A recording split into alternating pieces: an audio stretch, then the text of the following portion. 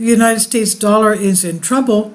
Here are 7 signs that global de-dollarization has just shifted into overdrive, Michael Snyder reports. For decades, the US dollar was the undisputed king of global currencies, but now dramatic changes are happening. China, Russia, India, Brazil, Saudi Arabia, these are the BRIC nations, and other nations are making really big moves, which will enable them to become much less dependent on the US dollar in the years ahead. This is really bad news for us, because having the primary reserve currency of the world has enabled us to enjoy a massively inflated standard of living. Once we lose that status, our lifestyles will be much different than they are today. Unfortunately, most Americans don't understand any of this, even though our leaders have treated the stability of our currency with utter contempt in the recent years. Most Americans just assume that the dollar will always reign supreme. Meanwhile, much of the planet is preparing for a future in which the US dollar will be far less important than it is right now. The following are 7 signs that global de-dollarization has just shifted into overdrive. Number 1, the BRICS nations account for over 40% of the total global population and close to 1/4 of the global GDP. So the fact that they are working to develop a new currency should greatly concern all of us. BRICS meaning Brazil, Russia, India, China, South Africa. The deputy chairman of Russia's State Duma, Alexander Babakov, said on the 30th of March that the BRICS bloc of emerging economies, Brazil, Russia, India, China, and South Africa, is working on developing a new currency that will be presented at the organization's upcoming summit in Durban, South Africa. The transition to settlements in national currencies is the first step. The next one is to provide the circulation of digital or any other form of fundamentally new currency in the nearest future. I think that at the BRICS Leaders Summit, the readiness to realize this project will be announced. Such works are underway, Babakov said, on the sidelines of the Russian-India Strategic Partnership for Development and Growth Business Forum. Babakov also stated that a single currency could likely emerge within BRICS, and this would be pegged not just to the value of gold, but also to other groups of products, rare earth elements, or soil. Number 2, 2 of the BRICS nations, China and Brazil, have just reached a deal to trade in their own currencies. The Chinese renminbi is speeding up in expanding its global use, a trend that will help build a more resilient international monetary system, one that is less dependent on the US dollar and more conducive to trade growth, experts said on Thursday. They commented after China and Brazil, 2 major emerging economies and BRICS members, reportedly reached a deal to trade in their own currencies, ditching the US dollar as an intermediary. The deal will enable China and Brazil to conduct their massive trade and financial transactions directly, exchanging the RMB for reais and vice versa, instead of going through the dollar, Agence France Presse reported on Wednesday, citing the Brazilian government. 3.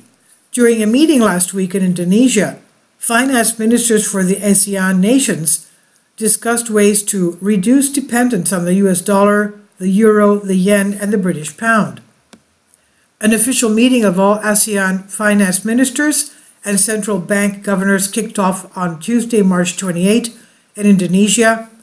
Top of the agenda are discussions to reduce dependence on the US dollar, the euro, the yen, the British pound from financial transactions and move to settlements in local currencies. The meeting discussed efforts to reduce dependence on major currencies through the local currency transaction, LCT, the scheme, and this is an extension of the previous local currency settlement, LSC, scheme that has already begun to be implemented between ASEAN members. Number 4, in a move that has enormous implications for the petrodollar, Saudi Arabia just agreed to become a dialogue partner with the Shanghai Cooperation Organization. The state-owned Saudi press agency said that in a session presided by King Salman bin Abdulaziz, the Saudi cabinet on Tuesday approved the memorandum awarding Riyadh the status of dialogue partner in the Shanghai Cooperation Organization, a political security and trade alliance that lists China, Russia, India, Pakistan, and 4 other Central Asian nations as full members. The organization further tallies 4 observer states, including Iran, and 9 dialogue partners, counting in Saudi Arabia, Qatar, and Turkey. It's headquartered in Beijing and served by China's Zhang Ming as Secretary General. Number 5. The Chinese just completed their very first trade of liquefied natural gas that was settled in Chinese currency instead of US dollars. China has just completed its first trade of liquefied natural gas, LNG, settling in yuan, and the Shanghai Petroleum and Natural Gas Exchange said on Tuesday. Chinese state oil and gas giant CNOOC and Total Energies completed the first LNG trade on the exchange with settlement in the Chinese currency, the exchange said in a statement carried by Reuters. The trade involved around 65,000 tons of liquid natural gas imported from the United Arab Emirates, UAE, the Shanghai Petroleum and Natural Gas Exchange said. Number 6. The government of India is offering their currency as an alternative to the US dollar in international trade. India will offer its currency as an alternative for trade to countries that are facing a shortage of dollars in the wake of the sharpest tightening in monetary policy by the US Federal Reserve in decades. Facilitating the rupee trade for countries facing currency risk will help disaster-proof them, Commerce Secretary Sunil Barthwal said during an announcement of India's foreign trade policy Friday in New Delhi, India. And number 7. Saudi Arabia has actually agreed to accept Kenyan shillings as payment for oil shipment to Kenya instead of US dollars. Kenyan President William Ruto signed an agreement with Saudi Arabia to buy oil from for Kenyan shillings instead of US dollars, as the US currently exchange rate hits 145.5 shillings due to increased demand by importers. President Ruto accused oil cartels of stockpiling American dollars in response to the crisis, sparking fuel shortages throughout Kenya.